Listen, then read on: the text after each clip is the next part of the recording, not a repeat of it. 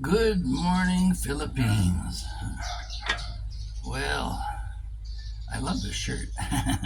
2 days in a row. But anyway, um, grab your coffee and let's have a chat.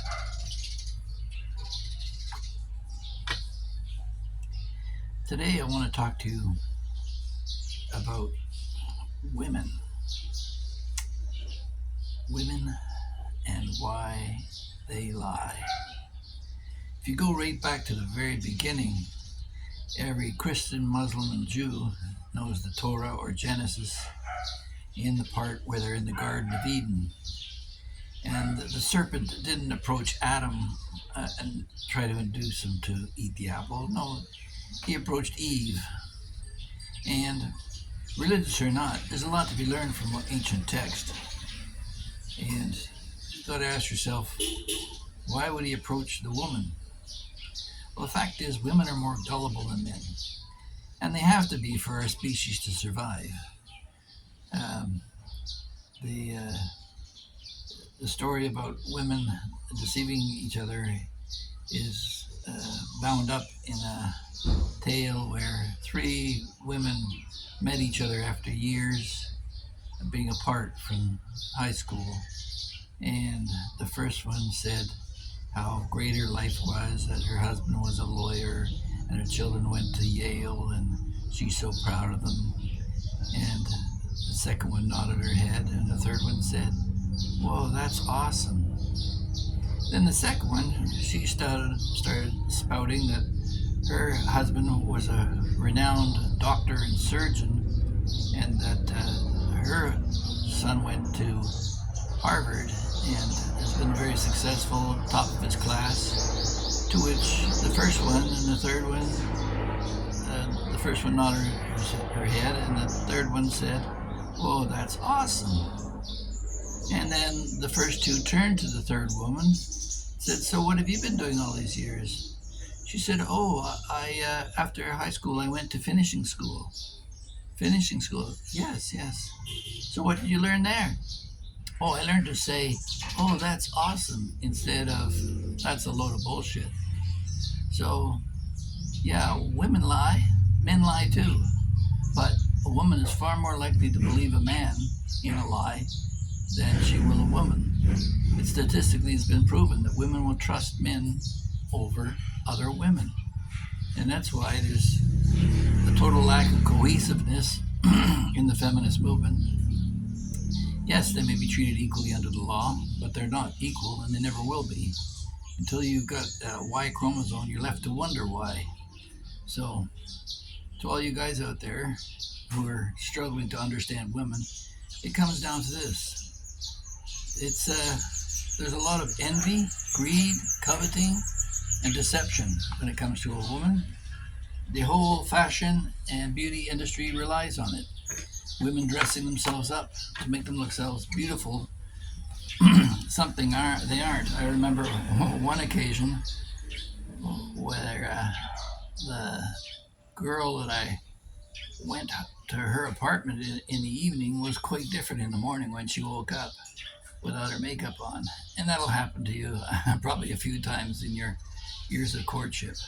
But my point here being that if you can accept the fact that that's part of their nature, to be deceptive, to wear costumes and camouflages and masks and makeup, constantly looking and never satisfied with themselves, you don't anger yourself over that. It's something to feel concerned about for their own mental health, because they'll never be happy.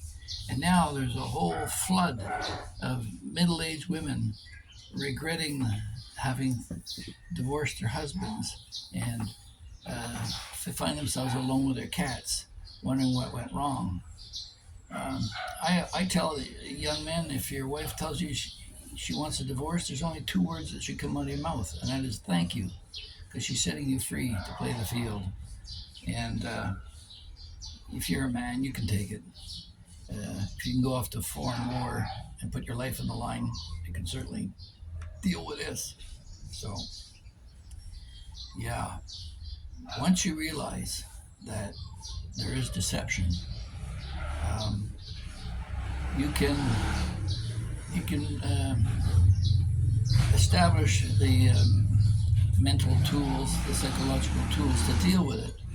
Um, and part of that would be to provide her with her slush fund so that she can get her nails done or buy some new lipstick or dress herself up, because that's what the girls want to do. They want to look pretty, not for you, not for any of your buddies, but for other women, because it's a competition out there, and it has always been that way. And that's why you see so many Western women vehemently bad-mouthing the Filipina.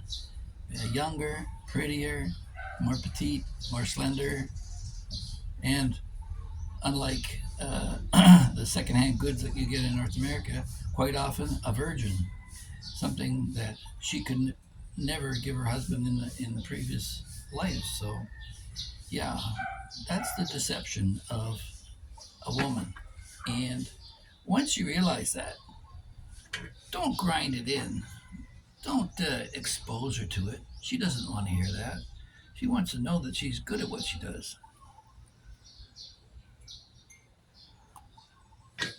So, when she says, "Does this dress make my ass look fat?"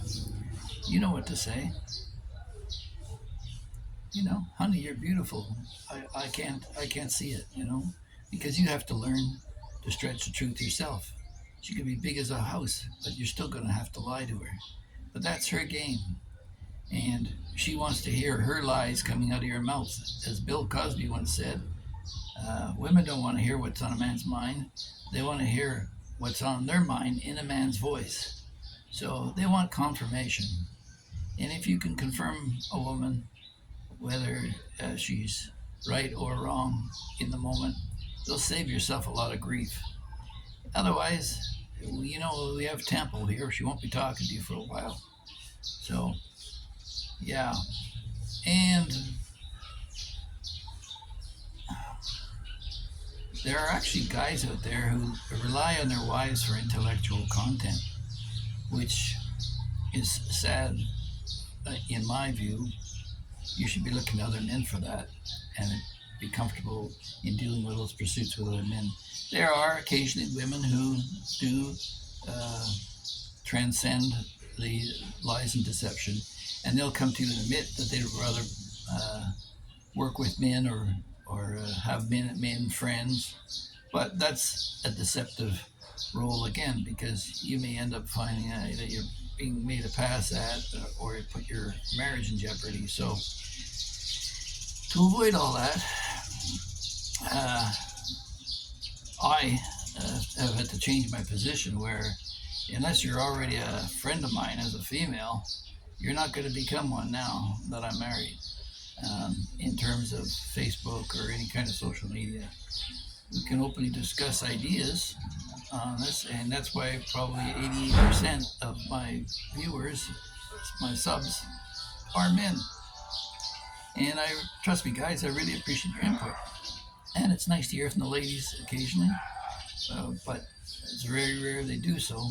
They assume that I'm some sort of misogynist, that I hate them. I never hated a single woman in my life, even the ones that mistreated me. They all need a lot of love. So keep your eyes open. Understand that there's just a certain aspect that you have to deal with.